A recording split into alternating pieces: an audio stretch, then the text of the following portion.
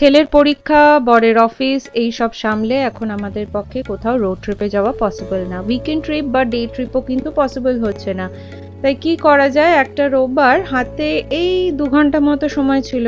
এবার 2 ঘন্টায় তো দূরে কোথাও যাওয়া যাবে না, তাই বাড়ির কাছেই বোড়ালে ত্রিপুরা সুন্দরীর মন্দির আছে। তো আমরা টুক করে সেখান থেকে একটু ঘুরে এলাম। মেট্রো করে এলে কাজী নজরুল মেট্রো স্টেশনে নামতে হবে, যেটা গড়িয়াতে আছে। ওখান থেকে বোড়ালের অটো পাওয়া যায়। মন্দিরের একটা বড় গেট আছে, সেই গেটটার সামনে অবধি কিন্তু অটো যায়। তারপরে জাস্ট একটুখানি হেঁটে যেতে হবে গলি দিয়ে। ওই রাস্তা দিয়ে ধরুন 1 কিলোমিটার মতো হেঁটে গেলেই ত্রিপুরা সুন্দরীর মন্দির পড়বে। তো রবিবারের বিকেলে আমরা চলে গেলাম মন্দির দর্শনে। আদ্যাশক্তি মহামায়ার 10টা রূপকে বলা হয় 10 মহাবিদ্যা। এই মহাবিদ্যার তৃতীয়া দেবী হলেন ত্রিপুরা সুন্দরী। স্বর্গ, মর্ত ও পাতাল এই 3 পুরের তিনি কর্ত্রী। শ্রী শ্রী পঞ্চানন দেব হচ্ছেন ওনার ভৈরব। এই এলাকা আর মন্দিরের ইতিহাস কিন্তু পাল যুগের। এককালে এই দেবীর মন্দিরের পূর্ব সীমা দিয়ে বয়ে যেত আদিগঙ্গা ভাগীরথী, আর এই দেবীর মন্দির ছিল সেই নদীর পশ্চিমে। সমস্ত রাজা ও বণিকরা তাম্রলিপ্ত বন্দর যাবার পথে এই বোড়ালে নেমে ত্রিপুরা সুন্দরীর পিঠে এসে পূজা দিতেন। সেন বংশের কেউ একজন এই মন্দির সংলগ্ন একটি পুকুর বানান, যার নাম হচ্ছে এখন সেন দিঘি।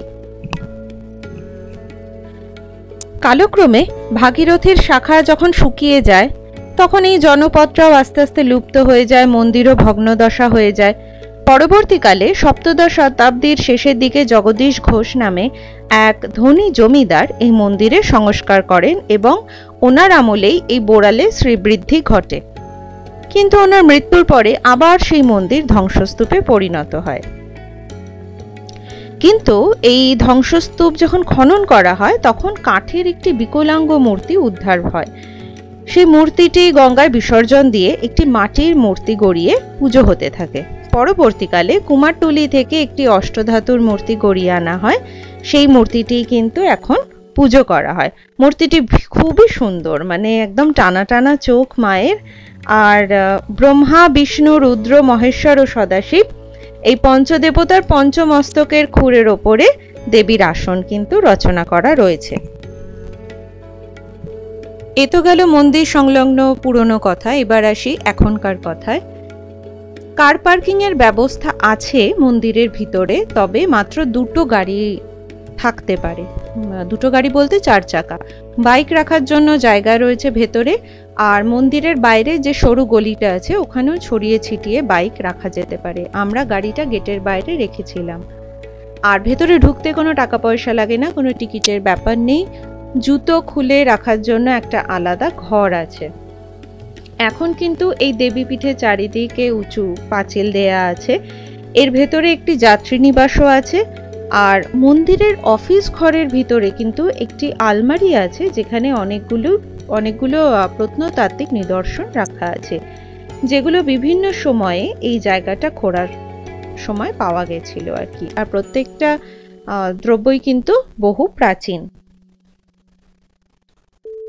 এই মন্দিরে কিন্তু নানা রকমের কাজকর্ম করানো হয়, যেমন মানে শ্রাদ্ধের যত রকম কাজ হয় সেগুলো হয়। এছাড়াও শুভ অনুষ্ঠানগুলো কিন্তু হয়, বিয়ে, অন্নপ্রাশন বা আরও যা করতে চান সব আছে। প্রত্যেকটার জন্য কিন্তু আলাদা আলাদা মূল্য ধার্য করা আছে। ভেতরে অফিস ঘর আছে, ওখানে গিয়ে কথা বললেই হয়ে যাবে। বাঙালির সব থেকে বড় উৎসব দুর্গাপুজো আসতে আর মাত্র 30 দিন বাকি। এটুকু বিশ্বাস রাখি যে মা আসার আগে সব ঠিক করে দেবেন, সঠিক বিচার আমাদের ঠিকই উনি পাইয়ে দেবেন। এই ভিডিওটা এখানেই শেষ করছি, কারণ আমরা সেদিন হাতে অল্প সময় নিয়ে গেছিলাম, তাই মন্দির চত্বরটা এক পাক ঘুরেই বাড়ি চলে এসেছি। কথা দিচ্ছি এরপরে একদিন যাব, যেদিন আমরা প্রপারলি পুজো দেব মায়ের কাছে, এবং সেদিন পুজো দেওয়ার নিয়ম, ভোগ প্রসাদ বিতরণের নিয়ম, আরতি কখন হয়, কটা থেকে কটা অবধি হয়, যাবতীয় তথ্য নিয়ে আবার চলে আসব আপনাদের কাছে।